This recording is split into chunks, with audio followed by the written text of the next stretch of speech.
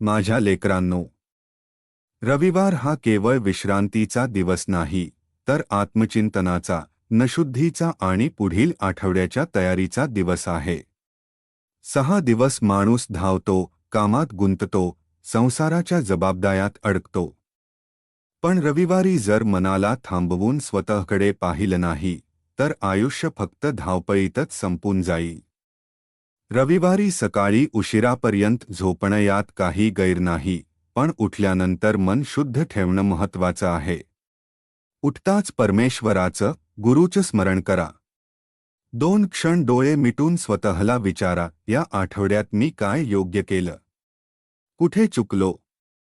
आत्मपरीक्षण केल्याशिवाय सुधारणा होत नाही. माझ्या लेकरांनो, रविवारी थोडा वेळ शांततेत बसा. मोबाईल, टीव्ही यापासून मन दूर ठेवा. मन जितकं शांत होईल, तितकं जीवन सोपं होईल. जप, नामस्मरण, एखादा सद्ग्रंथ वाचन यासाठी वेळ द्या. हे केल्याने मनाला बळ मिळतं आणि आठवडाभरासाठी सकारात्मक ऊर्जा मिळते. रविवार हा नातेसंबंधांसाठीही महत्त्वाचा आहे.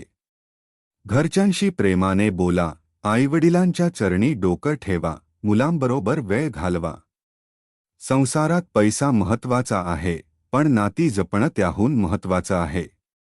रविवारी जर घरात प्रेम वाढलं, तर संपूर्ण आठवडा सुखाचा जातो. रविवारी सेवा करा.